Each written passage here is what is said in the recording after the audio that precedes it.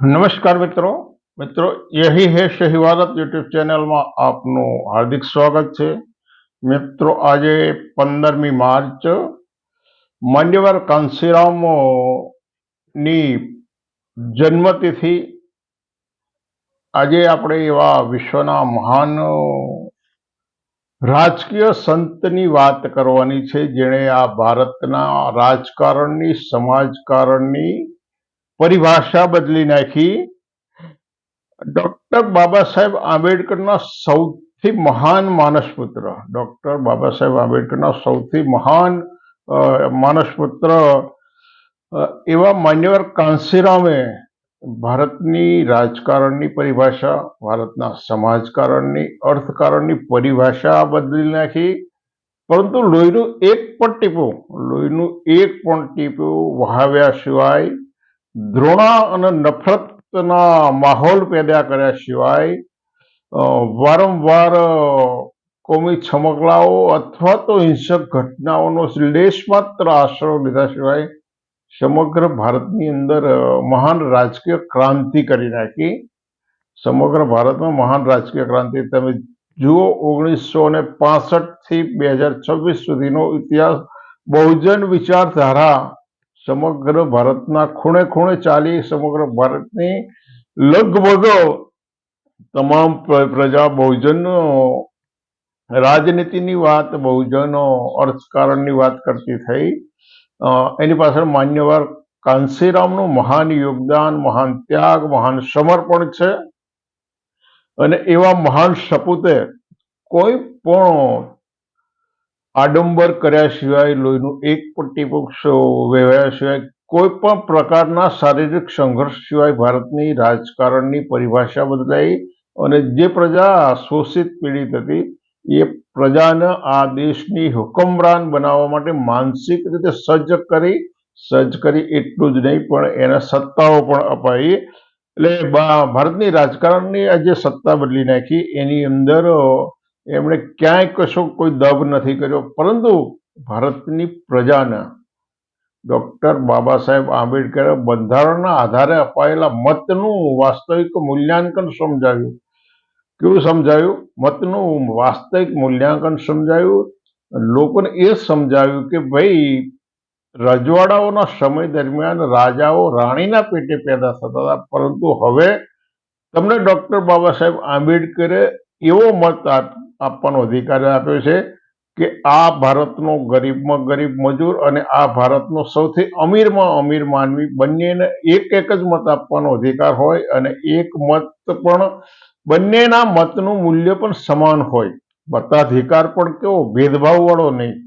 મનુવાદે જે ભેદભાવ અને વિભાજનની જે નીતિ સર્જી હતી એને સંપૂર્ણ ઉલટાવી નાખી અને આ દેશના મજૂરના, આ દેશના અમીરમાં અમીરના બેને મત આપવાનો, બેનો દરજ્જો સરખો માપી લીધો।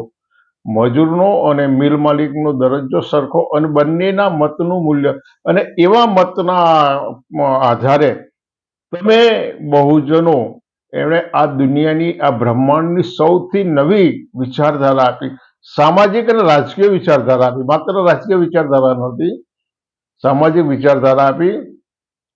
તમે 85% લોકો આ દેશના શોષિત પીડિત છો અને અલ્પજનો તમારી ઉપર શાસન કરી રહ્યા છે। 15%ની એમણે જે વિભાવના આપી, વિચારધારા આપી, અને એના કારણે જે સમાજ શોષિત પીડિત હતો એવા સમાજમાં સામાજિક, સાંસ્કૃતિક અને રાજકીય રીતે એને એક થવા માટેની એને સંગઠનાત્મક શક્તિ પહેરી। ભારતની અંદર માન્યવર કાંશીરામની 15% જે થિયરી હતી એના કારણે અનુસૂચિત જાતિ, જનજાતિ, અન્ય પછાત વર્ગ અને લઘુમતીના લાખો કર્મચારીઓ, માત્ર કર્મચારીઓ, ક્લાસ 1 અધિકારીઓ, IAS, IPS અને વૈજ્ઞાનિક કક્ષાના અધિકારીઓ માન્યવર કાંશીરામના અનુયાયી બને અને બહુજન વિચારધારાના નીચે કામ કર્યું।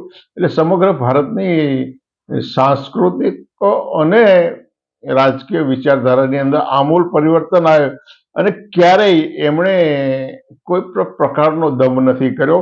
કાર્લ માર્ક્સે એમ કહ્યું દુનિયાના ગરીબોને કે તમારે ગરીબી સિવાય કંઈ ગુમાવવાનું નથી. કાર્લ માર્ક્સે દુનિયાના ગરીબોને એમ કહ્યું કે ભાઈ તમારે ગરીબી સિવાય કંઈ ગુમાવવાનું નથી. માન્યવર કાંશીરામે કહ્યું કે ભાઈ તમારે આ દેશના હુકમરાન બનવાનું છે, તમારે આ દેશના હુકમરાન બનવાનું છે અને બનાવ્યા. એમણે કહ્યું છે એટલું જ નથી કર્યું. તમારી પાસે મત નામનું બહુ મહાનમૂલું શસ્ત્ર છે અને એ શસ્ત્રનો તમે સદુપયોગ કરી અને તમારા હુકમરાન બનાવવાને એમણે બનાવ્યા. ઉત્તર પ્રદેશની અંદર બનાવ્યા. દક્ષિણ ભારતની જે રાજનીતિ છે એ અને બીજા રાજ્યોની અંદર ઉત્તર પ્રદેશ, બિહાર, આ બધી જે રાજનીતિ આજે ચાલી રહી છે એની અંદર બહુજન વિચાર સારા ધારણ કામ કરે છે. કારણ કે આ વ્યક્તિત્વ જેવું હતું, મહાન ત્યાગ અને મહાન સમર્પણનું વ્યક્તિત્વ હતું. ભારતમાં તથાગત ગૌતમ બુદ્ધ પછીનું આ એક એવું મહાન વ્યક્તિત્વ હતું કે જેણે સમાજ માટે, આ દેશના ગરીબો શોષિતો માટે પોતાનું ઘરવાર છોડ્યું. પિતા કિસાન હતા, ખેતી હતી, એટલે જમીન જાયદાદ છોડી લોહીના સંબંધો છોડ્યા. એમણે શું છોડ્યું?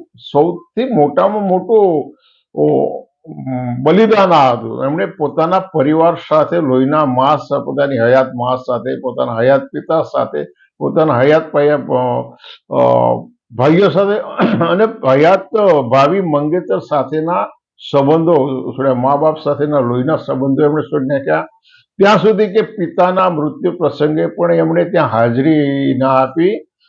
સામાજિક જે રસમો હતી પંજાબના શીખ સમાજની, એ રસમો એમણે છોડી દીધી અને સૌથી મોટું બલિદાન તો એમણે પરિવાર સાથેના લોહીના સંબંધો હતા. એમણે સંપત્તિ છોડી, બીજું છોડ્યું, પણ લોહીના સંબંધો સાથે ગૌતમ બુદ્ધે ગૃહ ત્યાગ કર્યા પછી ક્યારેય પોતાના ઘર-બાર સામે પાછો વળી નહોતું જોયું.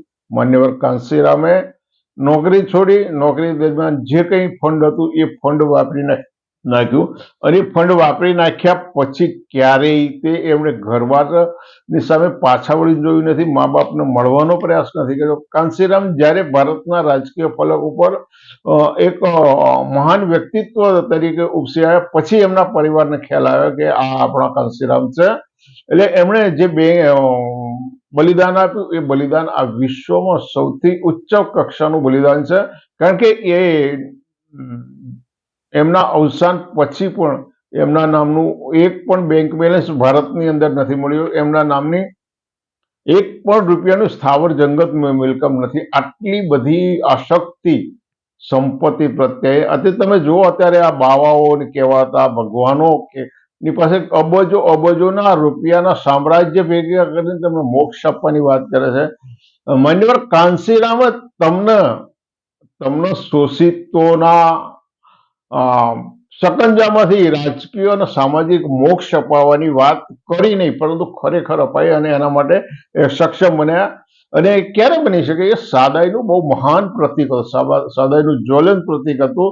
કાયમ એ મેલા ઘેલા કપડામાં મેં જોયા છે, કાયમ મેલા ઘેલા કપડામાં જોયા છે. માન્યવર કાંશીરામના કેડર કેમ્પ અમે ભરતા હોઈએ ત્યારે એમના બુશર્ટની પાછળની જે ચાળ હોય એને ગળીઓ પડી ગયેલી હોય, એ પેલી 10 રૂપિયાની તૂટેલી ઘસાઈ ગયેલી એ ચપ્પલો એમના પગની અંદર હોય. એમના પગના નખની આંટીઓ વળી ગઈ હોય ત્યાં સુધી એમને નખ કાપવાની ક્યારેય એમણે તકેદારી નથી લીધી.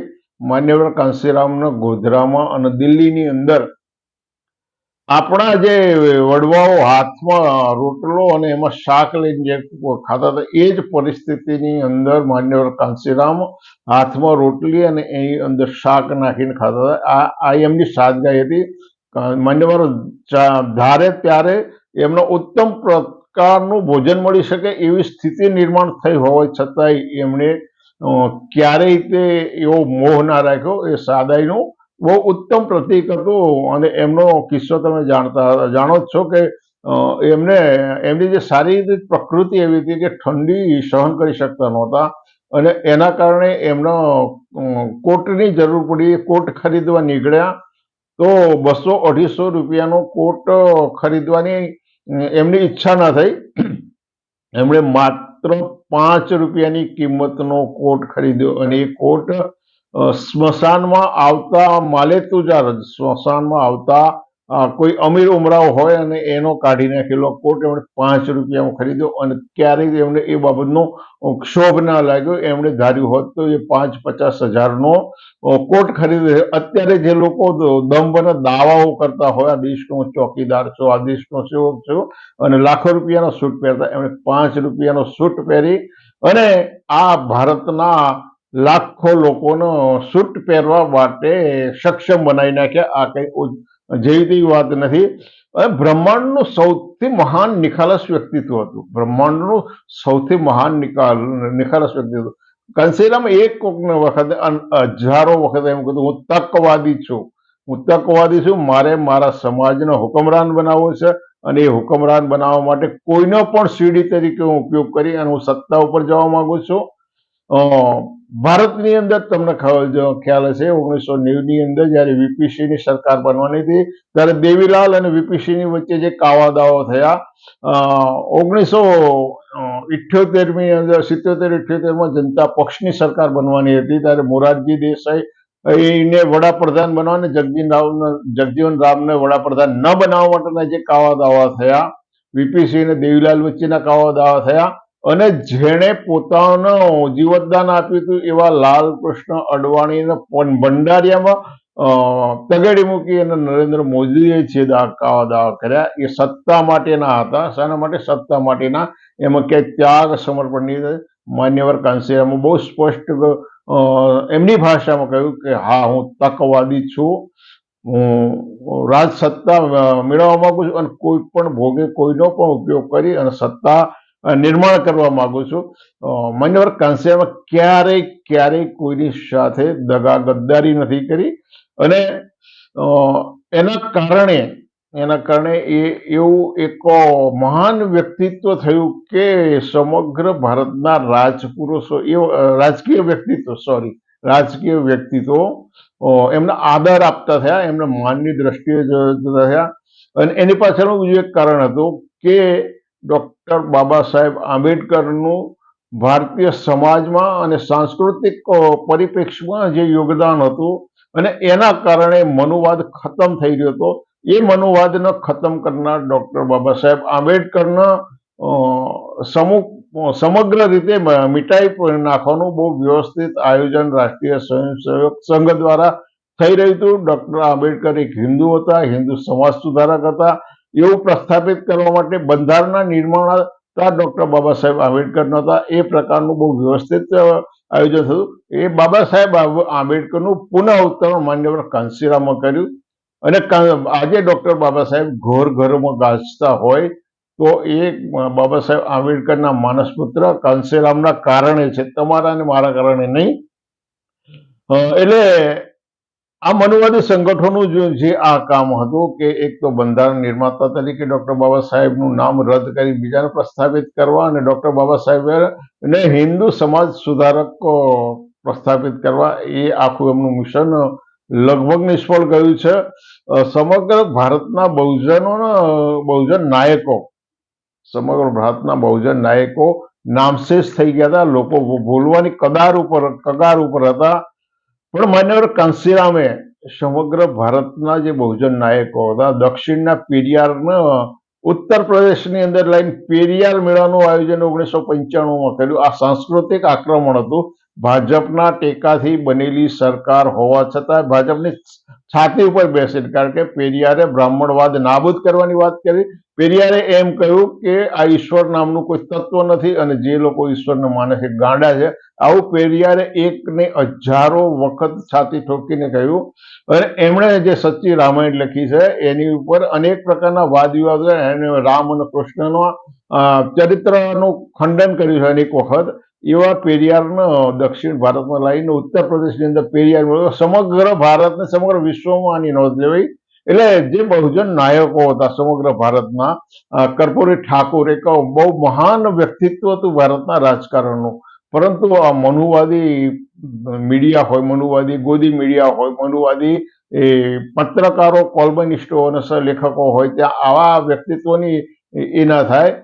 કર્પૂરી ઠાકોર, લલિતસિંહ યાદવ, પારસી રાજા સુલભદેવ આ અનુસૂચિત જાતિના એક વખતના રાજા હતા. મહાત્મા જ્યોતિરાવ ફૂલે, સાવિત્રીબાઈ, ફાતિમા શેખ અને બીજા અનેક અનેક જે પ્રાદેશિક કક્ષાએ સીમિત થઈ ગયા હતા એવા તમામ બહુજન નાયકોને એમણે ભારતીય ફલક ઉપર લઈ અને એમને ઉજાગર કર્યા છે.